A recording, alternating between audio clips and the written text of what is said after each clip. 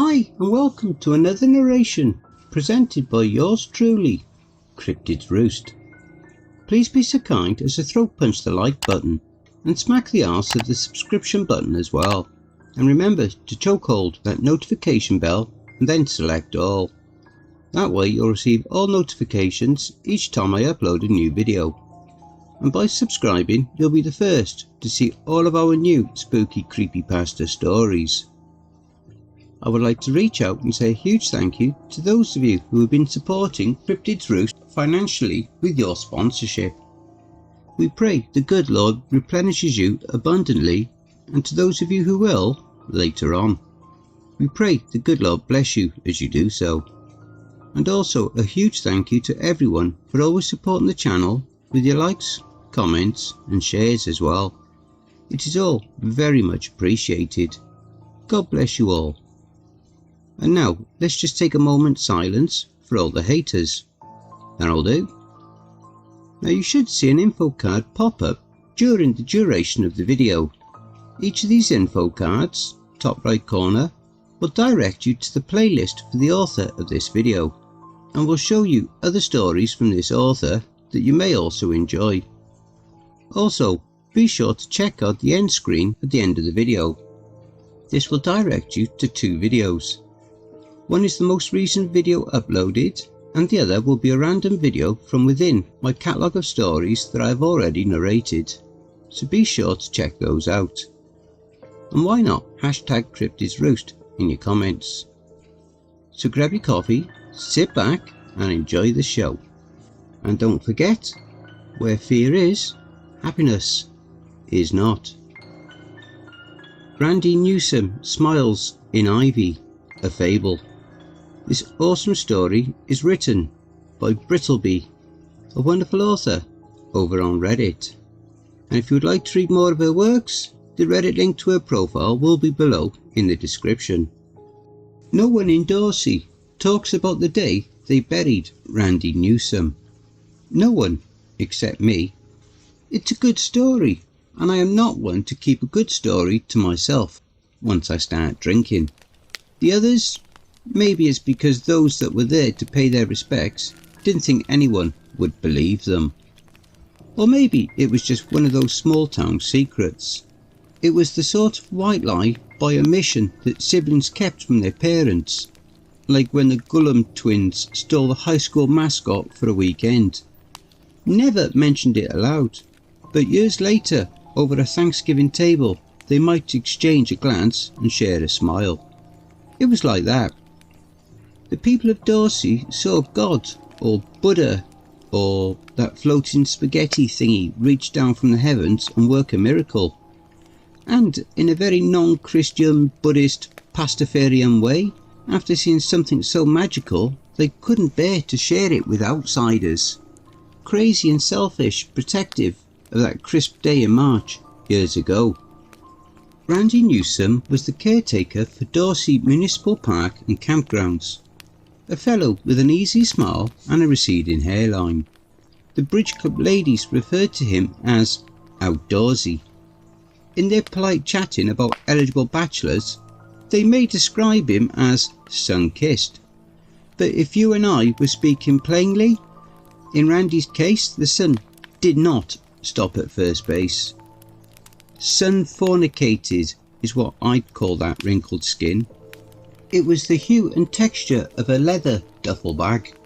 Lean of build with a wiry strength to him, Randy only took one sick day in 57 years as a caretaker. That was only because he broke his hand. Sure as a frog's ass is watertight, the next day with his hand plastered up tight in a cast, he was back at work. "I'll rest when I'm dead," he'd say, with a little wink and a laugh. Now, back in those days, Dorsey Municipal Park was renowned for its collection of topiary animals. Yes, the park. I know where the topiary is now, but back then it was in the park. Did you want to tell the story? Where was I? Yeah. So, Randy had a passion for landscaping that bordered on religious, and not one of the friendly religions either. One of those culty ones with virgin sacrifices and goat fornication. In his younger days, he would wave away sweet young things, insisting that he had plenty of company, thank you very much. I suppose he did after a fashion. He turned a lush shrub at the gate to the park into a prowling panther that held a crouch, ready to pounce on anyone who entered. There was a pair of bushes on either side of the old path leading to the lake access that he trimmed into a couple of dancing bears. The bigger of the two had a paw raised up like he was waving to the passers-by as they dragged their boats out to the dock. And then there was a clearing in the woods. He pruned away the green to reveal a group of nymphs lounging in the grass. The local mothers were none too happy with his attention to detail, and I must say, he had to have spent hours on those tits. He must have taken out toenail clippers to do it, because to this day, I swear I could make out nipples finer than the ones on the Venus de Milo. Due to retire 7 years before he died, no one in town had the heart to push him towards it, both because he loved it so, and more importantly, his landscaping was the biggest tourist attraction in town. Quaint small towns in Vermont were like cheap whores in the city, plentiful and boring, but Dorsey had the park, and Randy Newsom. When he did pass away, the mayor came himself to the morgue, looking more sickly than Newsom on the slab, for fear that all of their tourism revenue was about to go up in smoke. Figuratively, of course. Randy Newsom was very adamant that he didn't wish to be cremated. Back to the soil, he would insist loudly, not seeing this as a particularly morbid thing to share with folks as frequently as he did. Downtown traffic was at a standstill, with both of the city's main streets in gridlock as the procession wound its way towards the cemetery. Father Pfeiffer conducted the eulogy, discussing at length Randy's love for the land and an honest day's work. There were 3 rows of 10 chairs at the side of the grave, and not a one of them empty. With the way of small towns, any excuse to get out was a good one. 5 minutes into the good father's speech, the priest happened to take his eyes off his prayer book and noticed the late arrivals winding up the hill. A mouthy little Italian fella who was better known for his Roman hands than being a Roman Catholic. It was the first time anyone had ever seen words fail him. His jaw froze, mouth open wide enough to park a bus between his teeth as he and the tardy guests arrived.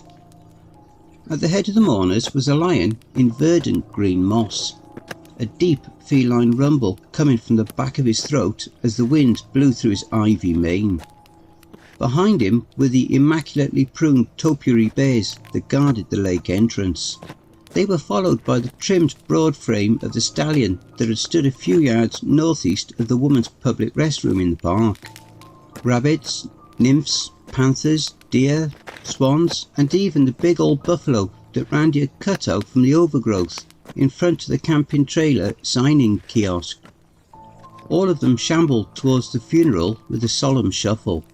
The nymphs came, marigolds in their hair and tulips in their hands, each in turn dropping a flower and a fistful of seeds onto the casket.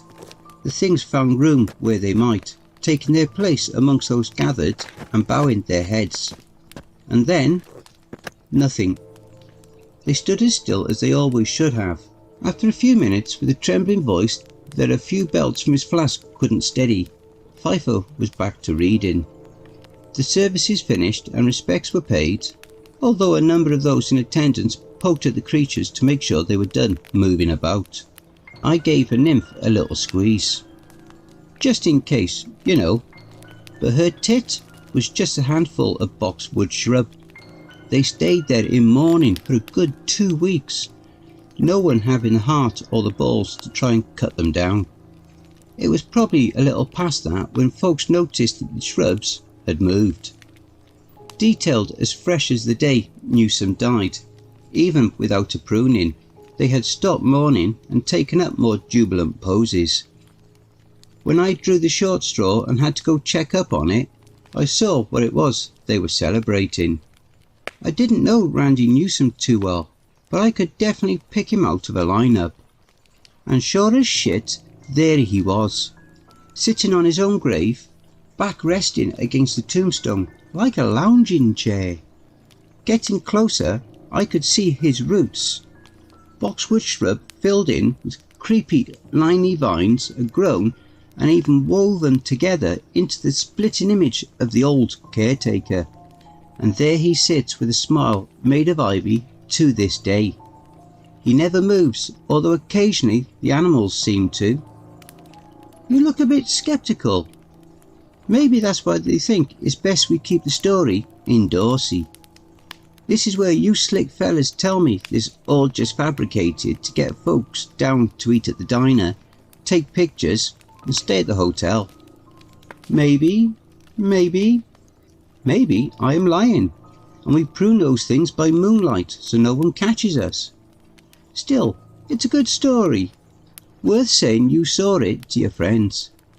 Tell them all about how a bumpkin tried to sell you the magic beans. But maybe that's what miracles are. They're there for those that need them. Like the statue of the Virgin Mary that cries, or the face of Jesus on a cheese sandwich. Sure, you can explain it away if you want to, or you can just take it in. If there's something beyond what we can measure, how would it reach out to us? I like to think that maybe Emerson had it right. He said that the earth laughs in flowers. I like that. The earth laughs in flowers. And Randy Newsom? Randy smiles in ivy. Don't forget, if you enjoyed that story, be sure to pop over to the author's Reddit profile and drop them a line. Or even give them a glowing review. I'm sure they really would appreciate it. The link to their Reddit profile will be below in the description. Please be so kind as to throat punch the like button and smack the ass of the subscription button as well. And remember to tap the notification bell and then select all. That way you'll receive all notifications each time I upload a new video. Oh, and don't forget to share the video far and wide. This will all help with YouTube's algorithm and will help to promote this channel more. And don't forget to check out the merch store. The link will be in the description and also in the video thumbnail. And if you would like an honourable mention, send in a snapshot of yourself with your purchase and I'll feature it in one of the videos. I now have my very own subreddit community where you can submit any stories you've written. You can submit your stories or encounters either there or send them to cryptidsroost@gmail.com. If you wish to remain anonymous, that's fine with me. All the links are below. I also have a Facebook group, Twitter, Reddit, and you'll also find me on Discord. If you would like to support this channel and help make it grow, my PayPal is paypal.me/cryptidsroost. Again, that will also be below.